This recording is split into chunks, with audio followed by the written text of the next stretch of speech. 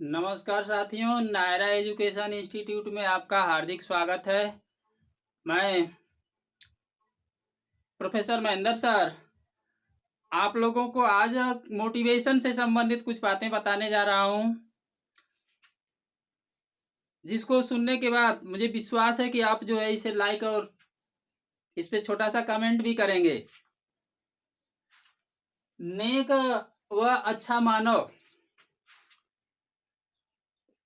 इसका शीर्षक है नेक व अच्छा मानव। साथियों, नेक व अच्छा मानव के संबंध में मैं थोड़ी सी कड़वी बातें बताऊंगा। नेक व अच्छा मानव यदि आप बनोगे ना तो बड़े परेशान रहोगे।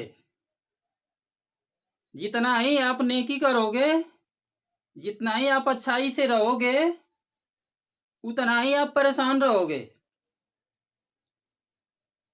तो ऐसे में क्या करोगे? बुरा इंसान बनोगे, दूसरों के साथ बुराई करोगे। मेरी बातें कड़वी लग रही है ना? मैं आपको बता देना चाहता हूं, जो भरा नहीं है भावों से उसमें बहती रसधार नहीं। जो भरा नहीं है भावों से उसमें बहती रसधार नहीं। वह हृदय नहीं, वह पत्थर है जिसमें स्वदेश का प्यार नहीं। साथियों, आपको एक अच्छा व ईमानदार इंसान बनना है तो ये मेरा मोटिवेशन वाला वीडियो अवश्य देखिए और लोगों में शेयर भी कीजिए। मैं आपको बता देना चाहता हूं कि एक राजा था, बड़ा ही नेक व ईमानदार था। एक राजा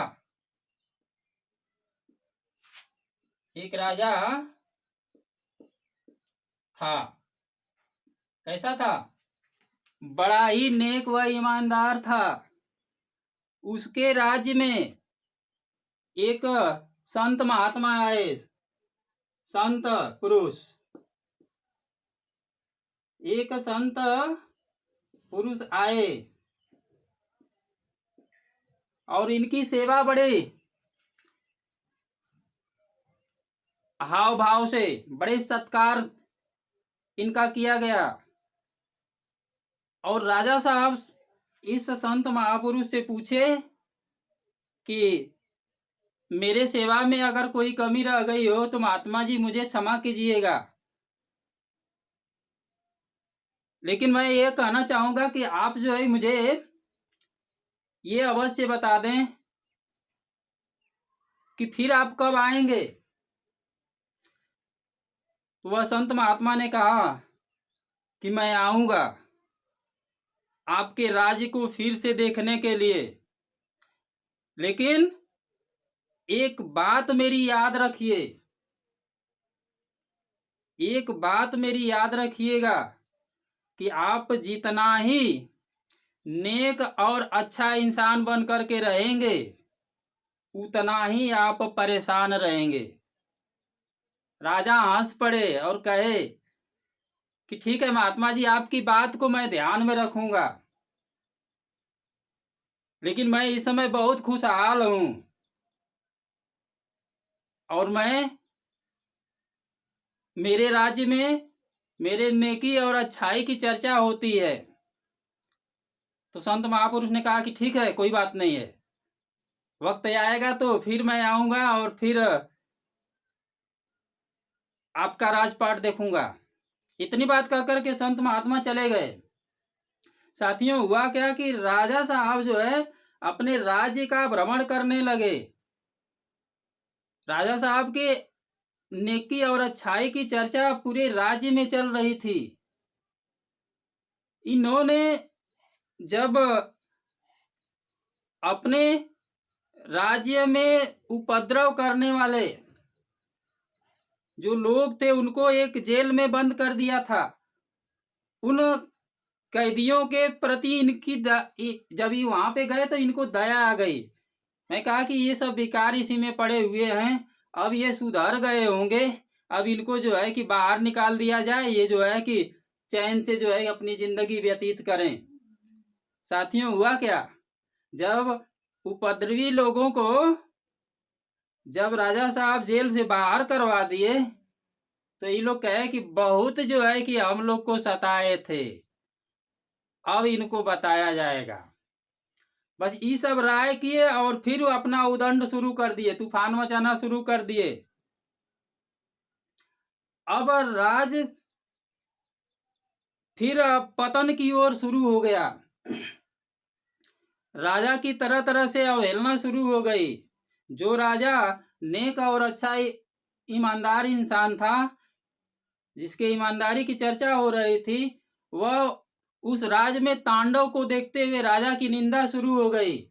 और राजा ने जब देखा कि स्थिति दिन पर दिन बिगड़ती जा रही है, तो फिर इन्होंने उसी संत महापुरुष की बात को याद किया और कहा कि वो संत महापुरुष सही कह रहे थे कि जितना नेक और अच्छा इंसान बनोगे उतना ही परेशान रहोगे। मैं इन सबों के साथ नेकी किया और ये मेरे राज में उदंडा शुरू कर दिए, तूफान मचाना शुरू कर दिए। तो इन्होंने संकल्प किया कि प्रत्येक दुष्ट मानव को, जितने कैदी थे सबको जो है धीरे धीरे बारी बारी से मैं फिर जो है जेल में डलवाऊंगा। और बारी बारी से जो है जेल में जो है डलवाए। राज्य की स्थिति बिगड़ चुकी थी, फिर धीरे धीरे सुधरने लगी। उसी समय जो है कि संत महापुरुष जो है फिर राजा साहब के राज्य में आए और इनसे मिले। तो राजा साहब अपनी वृतांत को बताए, कहे कि आपने सही कहा था कि जितना नेक बना जाए, ईमानदार से रहा जाए, उतना ही जो है लोग परेशान करने वाले मिलेंगे। तो साथियों, मैं आपको इस मोटिवेशन वीडियो के माध्यम से कहना चाहूंगा कि आप अपनी सीमा को समझिए, अपनी दायरा को समझिए कि आप हैं क्या, आपकी पकड़ कहाँ तक है।